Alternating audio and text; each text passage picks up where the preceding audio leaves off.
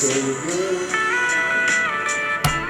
Reunited 'cause we understood. That's it. That kind of creeped me out, guys. Take it away. Alrighty. All right, welcome out to another thrilling edition of the... Podcast, Horse Hooky. I'm so tired. Me too. Okay, that does it, everybody. Good night. You know, Keith, a lot of traveling. That's why I missed the last 2 weeks. I was in Indianapolis racing. I was cleaning up And, stumps and trees and stuff like that. I think I had more fun than you. I think you did. In our time apart, but we are reunited now. We are, and it feels so good. Yes, it does. And it is Memorial Day, and we want to honor those Yes. who gave their all, Mm-hmm. their service and their sacrifice for the freedoms we have. I must make mention of the tragedy down at Will Rogers in Oklahoma. So a tornado struck mainly the backside where the horses are housed, the barns. There were 2 horses that had to be euthanized. All of them were just, had to be relocated. No human injuries that we know of. I've been in contact with the National HBPA organization and also the executive director of the Oklahoma HBPA, and we have offered our assistance. And they're pushing through this tough time here, but it could have been worse. It's sad as it was, but it could have been worse. So we're thinking of our brothers down there in Oklahoma. Sure are. In Claremore, it's a very interesting area, needless to say, just a half hour from Tulsa, but it's crazy. The front side there is the back side at normal tracks. Usually they have a lot of barns in the front side, as you can see from the freeway, and then they curl around in like an L-shaped formation, so it's very strange that none of the grandstand, it's a vast grandstand too that's never occupied, and the casino didn't get touched there. It's just crazy, but yeah, kudos to them for having a lot of people come out and try to rustle up the troops, so good job down there. Well, Keith, the last 2 weeks we've been gone, as we said, and, Yep. and Jamie Gavilski filled in both the first week and the second week, Jimmy Jr. the first week, and then we had Bo Taylor, and they seem to do pretty well with their selections, so we've got a little bit of competition. All right. And our work cut out for us, so let's see what we got for them for tomorrow. Largest handicapping play came on Saturday night where someone took down $23,000 of the Slick Pick 7. So we do have a lot of handicapping to do, Jim, to be as good as Bo Taylor. And can I call him LG2? Little Jimmy? Yeah, well, yeah. I figure like Yeah. it's like RG. Well, they call me the big horse, and sometimes Really? him the little colt. Nicely made. Good job, especially with a shirt like that. Hey, we could get a free bowl of soup. Well, thank you, Keith. That's I good do on you, from though. Memorial Day through Labor Day. I go kind of Fair. themey with the shirts. You're fair. Hawaiian shirts. Going to the just, fair. Yeah, getting into summer fair type Good. mood, mode, if you will. Yes. All right, so we have an interesting race card. Everything is 3/4 of a mile. Here I am getting all set as an announcer to go 2 turns again. I love those 2-turn races, and you have to get into a mindset, if you will, because they are completely different. Now, what we have here, we have bottom end claimers, non-winners of 2 from last year to this year, 4 years of age and up. You want to have at this one? I sure do, but the overall card, Keith, I agree with you. A very interesting card as far as just watching, viewing pleasure, and a challenging card to handicap. So I thought it was a pretty interesting read, if you will. It was almost taking me too long. You know what I mean? Yeah, You can do it for I too long. actually went back and made several changes every time I looked at it. So it was a challenging card, and let's get right into it. Race 1, I went with the 5, 3, and 1 here. Swaggy George, who I thought just his first 2 races of this year seemed to be much improved, good numbers. 3rd off the layoff. Mike Durham starting to heat up just a little bit, so I put him on top. Swaggy George going for 2 in a row. Backed it up with the Harry Lynch runner, Ali Anabi, I believe. Is Very that how good. you pronounce it? Perfect. Okay, and then I threw the other Durham runner, the 1 horse, in there 3rd. But I think this is a competitive race, shorter field, but I see Mike Durham's outside runner, the 5 horse, having the best chance in there. I agree with you. I think everyone's going to be wagering on Swaggy George. I went 5, 6, 3, and 1 in the opener. Again, it looks like a chalky first, meaning favoritism. The favorites are winning now 47% of the races out here, 40 out of 85. So we are in a almost complete agreement for race number 1. In the second race, we go to non-winners of 2, 10,000 allowance optional claiming race for 3-year-olds and up. Really no jockey trainer percentages that are higher than others to really think about in this. So we have to go basically with the print that's in front of us. I kind of threw a big closer in there. It seems like we have a couple of closers in this race. I went Charlie's Beach in second. I think Tiz Wow is hooves and heels above the rest, kind of like Swaggy George's in the first. What are your thoughts on that? Yeah, I went with Tiswell first, but the horse ran right behind him, Conicus, and those two ran, you start looking at other angles now that we get into the year, horses that run close to one another and come right back in the same spot. And so I won 5-6. I put the 3 third. I don't often pick or really look to maidens or horses who just had their maiden score, but this is a very well-bred horse by Good Magic out of a Stephen Got Even mare.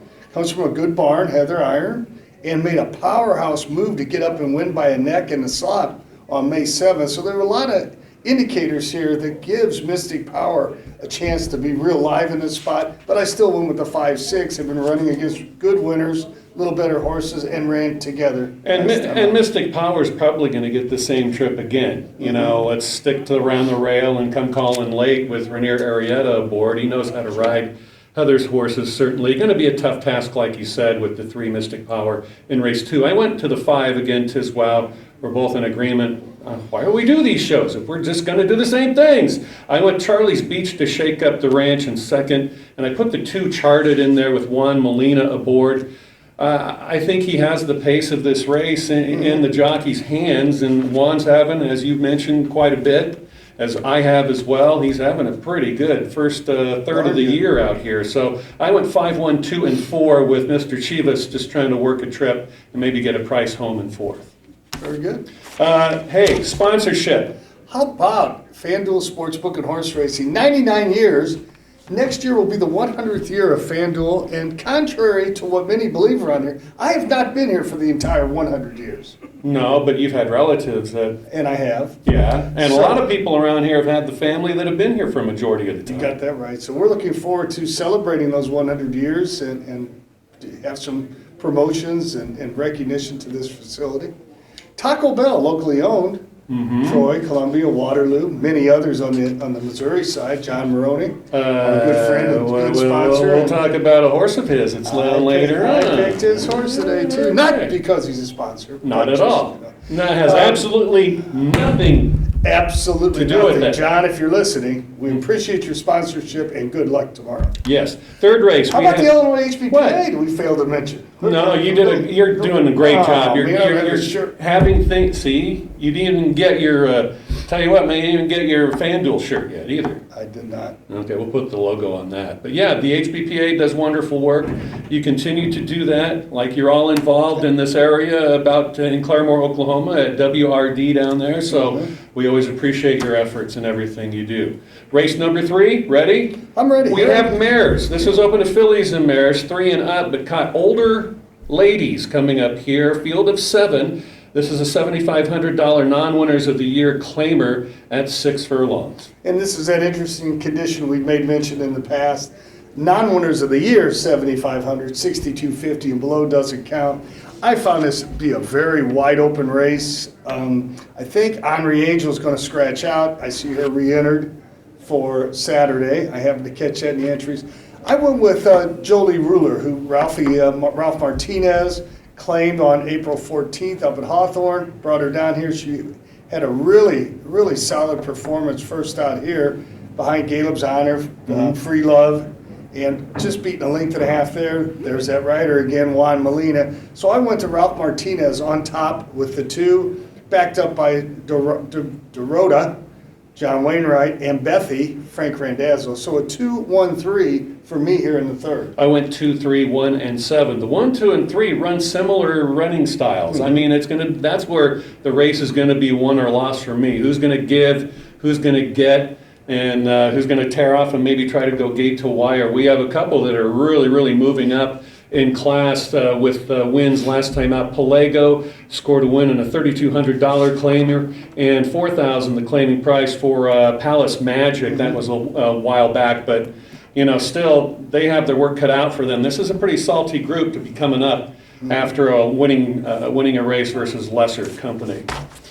Fourth race, fillies and mares. Again, we go 6 furlongs like they all do.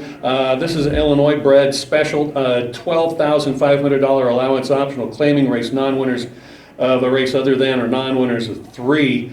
I went to the 2, 3, 1, and 4. Hopefully we're not alike here. We're similar, but the one horse, Love You Like Crazy, is my best bet of the day. This horse ran against some toughies down here last year. Yep. 4 for 4 on the board here at FanDuel, and then ran in a tough group. Went off 33-1 at Fairgrounds in December, and was only beaten 6 3/4 lengths for a $25,000 tag down there. I think this horse will be ready. Has some nice half-mile works.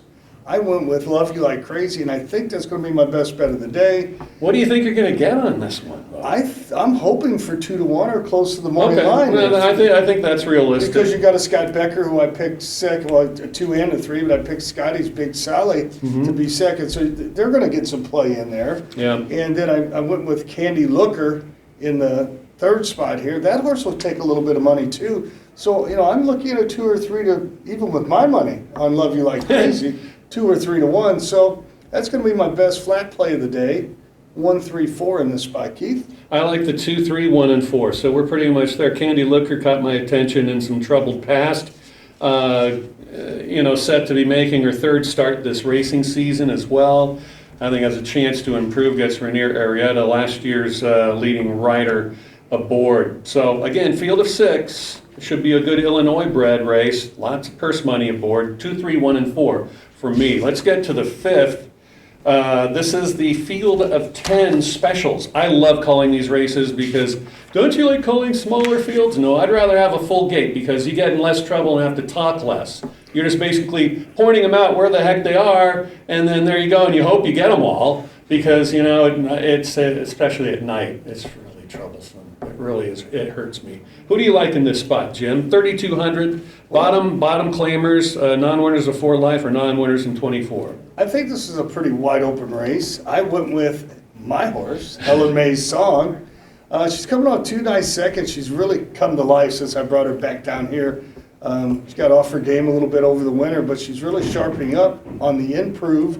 And she does like the outside. She's a horse who prefers to be on the outside. She'll get that here. She'll be close to the lead on the outside. I think she'll be extremely tough in this field here in this spot. I went with my second horse, Blue Neath, in the 2nd spot. Boy, did she run a bang-up race. And she really hasn't run much on the dirt. But getting her in the dirt, off the poly and the turf, which we've had her on most of the time, she just motored by him last time and came out of the race really well. Looks good training. I think she'll run another creditable race. So I put her second. I went with Harry Lynch on the outside there with Witching. What a well-bred horse by Ghost Sapper. And she looks like she's getting ready to fire and pop here. They went with the Bug Boy on this one. So 9, 8, 10, I threw the 4 in for 4th.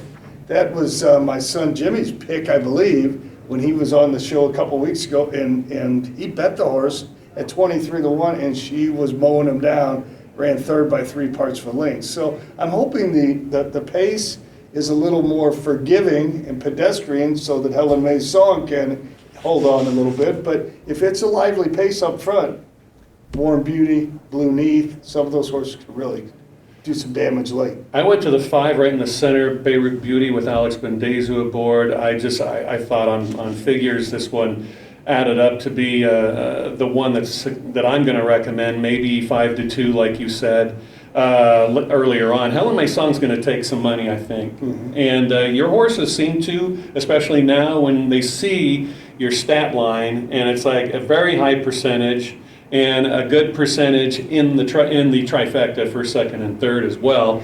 And Blue Neath's last run, absolutely got to use. I went to the 3 and 2nd, Gallop's Magic, just because of the connections. Sorry about that. I hate to kowtow to that. I went Helen May Song in 3rd. I hope she holds on. Don't get me wrong, but I can't pick your horses. Although I have been doing it the past couple of times. You've won, you've lost. So I guess I don't have anything to do about it, and I went with the well-bred witching on the outside as well. So race number 5, 5, 3, 9, and 10. That's a nice race. I know it's a bottom level. So not what? winners of the year, but what a competitive race that is. People, time and time again, you give people a field of 4, field of 5 with stakes company like they have at Santa Anita all the time. And even, golly, even out there at Saratoga in the heat of the summer as well, a lot of scratches out there. I'll take a field of 9 or 10 bottom end claimers any day. You know, and there's really not a horse you can throw out of that race. You Nope. just draw a line through them and say, they can't compete. But It's a competitive field. it is. Race number 6, more ladies, fillies and mares, $12,500 non-winners of 3 allowance optional claiming race. This again, and you might be able to get a little skinny on this. Maybe take 3 if you wanted to, do a little box or an exacta key or something like that. Your thoughts on the wagering in this? Well, this makes me think about Taco Bell, Soft Tacos, John Maroney, because I did pick the 5, Cocktail Cutie, owned by John Maroney, trained by Steve Manley. 2 very strong efforts up at Hawthorne. Now comes down here to try this track. My only concern here is, these 2 races at Hawthorne, spell winner for me. Yeah. But sometimes horses will need a trip down here coming from, and that's my only reservation, my only concern. I think she's the best here. I put her on top, even though she may need the old Fairmont try one time. I backed it up with the 3, Heather Iron again. Horses had a nice race over at Indiana, won a 2 life for a big quarter, 25,000. Came back here with a credible closing effort and ran third by 2 1/4. So I went 5, 3, and then 4. Angel Express, Vance Childers. He's starting to heat up a little bit and win a few races. So I put him in the back there at third. So 5, 3, 4. John Maroney and his Soft Tacos and Taco Bell looks like a winner in the 6th. Extra medium sauce, please. Getting back to John Maroney again, the proprietor of many Taco Bell restaurants around here. Cocktail Cutie, I put in my top 3 as well. 1 up north at a minute 13 with a 38 buyer speed figure. That's kind of tough when you have others in here who have just run faster figures or quicker figures. Blame Terry, I like a lot. Loves this track. I think, Victor Balin's steady as all get out in the irons as well. Happy World, completely agree with you. Well handled, has been at 6 tracks, over the last, forever. She started, in Florida or wherever, and then moved all the way around, and she's been in every place practically that you can race around here nowadays, and Heather's done a great job with her. Angel Express, I like to see a lot. I think she has a big-time chance maybe to hit the exacta. 61 buyer speed figure last time race. I like Angel Express a lot, right behind Happy World. I'm going to go 3, 4, 5, and 2 in race number 6. Yeah, Happy World. She's toured more than the Beatles, Back in their prime. Yes, sir. Wow. 7th race. We end up with another very good purse, Illinois bred, non-winners of 2, allowance optional claimers. Field another full gate of 10. Anyone who's going to be scratched out of this one? I do not. Excellent. And boy, I sure like that bonus money, and because I got one running in here, so I you know get the you bonus do. money, the extra 2,500, You got to tacked on to the 23.5, and I've got the second choice in here in Roger Duff's morning line. But I think I'm going to be awful tough to beat here. I sure look like I'm going to be the speed of the race. I should be out there from flag to flag to hopefully finish. The horse really ran well first time out. He's a little better horse this year than he was when I had him last year. I had 3 starts with him last year before the meet ended. He seemed to get better with the winter time off. It happens sometimes. He grew up carrying a little more weight this year, and he won pretty easily. The line reads much the best driving, and he was much the best in that maiden score. But remember, it's always tough to go from a maiden score into winners. But I know the trainer and I know this horse, and I'm going to go ahead and pick him. You might as well. I'm really thinking the 4 here, Red Moscato, is the one to beat. 2 out of 3 in this spot. Elias Lopez again. He broke his maiden here last year, back in September. He's got a win and a third from 3 starts. To me, that looks like the horse to beat. For me, it's a good race with a nice purse. I threw Gerald Butler with Move in Silence in their third, but I clearly believe that the 4 is, for me, is the horse to beat, Red Moscato. All right, I'm going to go to the outside. I'm going to go with Mr. Jose Rodriguez, the 10, God, Guns, and Guts.